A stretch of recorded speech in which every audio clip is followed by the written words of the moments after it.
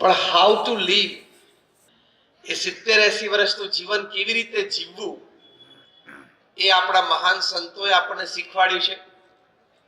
આપણા મહાન સત્શાસ્ત્રો વેદ, ઉપનિષદ, શ્રીમદ ભગવદ્ ગીતા, રામાયણ, મહાભારત જેવા સત્શાસ્ત્રોએ આપણને જીવન શૈલી શીખવાડી છે.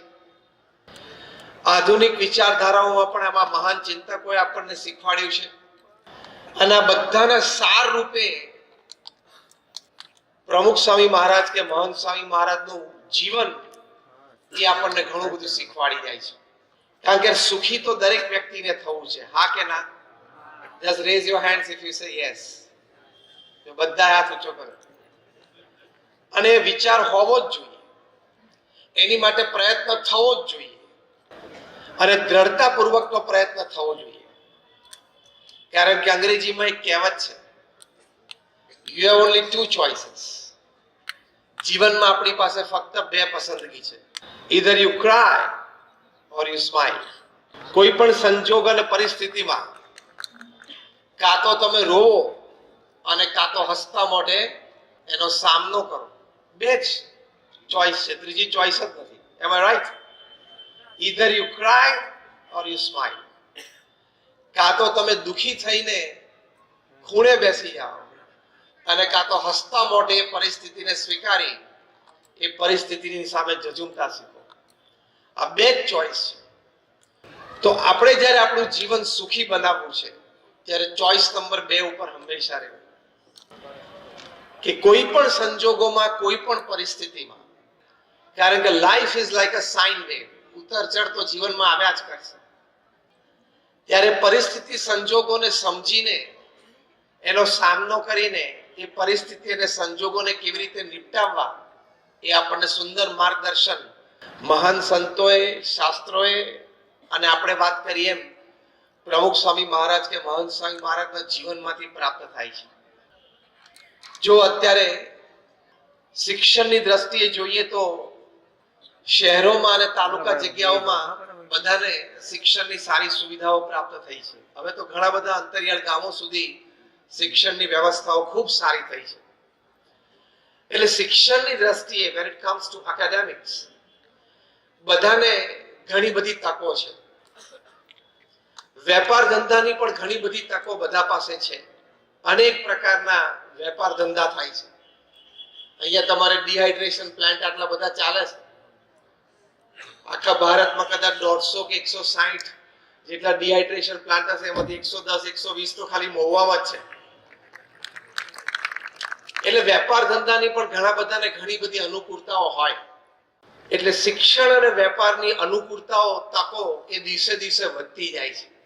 પણ એ શિક્ષણ અને એ વેપાર, એની સાથે જો સંસ્કાર ન ભળ્યા તો એ શિક્ષણ છે, એ વેપાર છે, એ વ્યક્તિનું જીવન એ બરબાદ કરી શકે છે.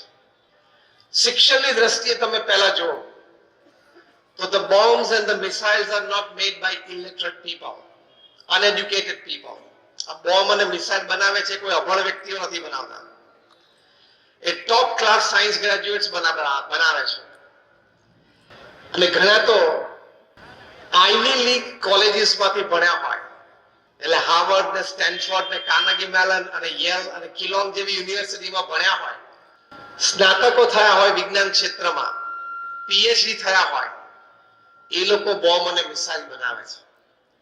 30,000 વૈજ્ઞાનિકો પૃથ્વી ઉપર દિવસમાં 14 થી 18 કલાક પોતાની લેબોરેટરીમાં બોમ્બ્સ અને મિસાઇલ્સ બનાવે છે, એના પ્રયોગો કરે છે, નવી ટેકનિક શોધે છે, કેમ કરીને માણસને વહેલો ને જલ્દી મારી નાખવો, એની માટે પ્રયત્નશીલ છે.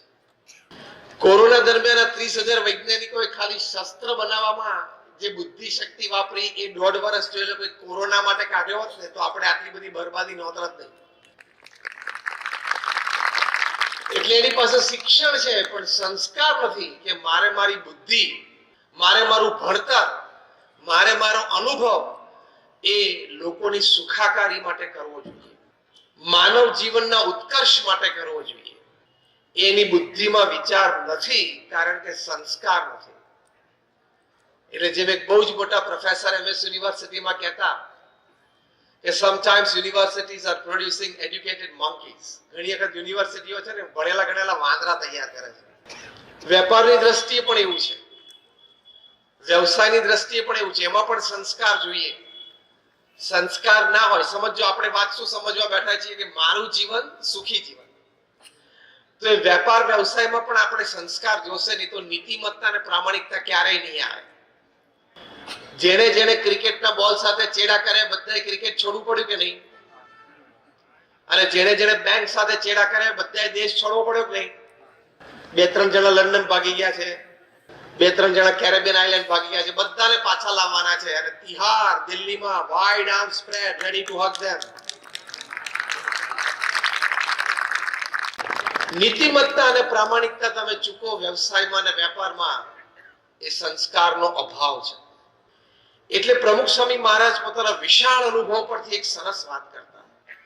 પ્રમુખ સ્વામી મહારાજ કહેતા કે જો તમે તમારા પરિવારજનોને સંસ્કાર નહીં આપો તો એક દિવસ એવો આવશે કે તમારે સંપત્તિ અને સંતતિ બેય ખોવાનો વારો આવશે. અને ઘણા સારા મોટા પરિવારોમાં આપણે આ જોયું છે. મુંબઈનો એક ધનાઢ્ય પરિવાર છે. એ પરિવારના વડીલશ્રીએ 4-5 વર્ષ પહેલા વોટ્સએપ ઉપર પોતાની એક સેલ્ફી વિડીયો વાયરલ કરી છે, તમે કદાચ જોઈ હશે. શૂટિંગ્સ એન્ડ શર્ટિંગ્સ નો બહુ મોટો બિઝનેસ, અને બ્રાન્ડ નેમ ની નીચે લખતા હતા કમ્પ્લીટ જેન્ટલમેન. ખબર નહીં કોઈ બની ના શક્યું.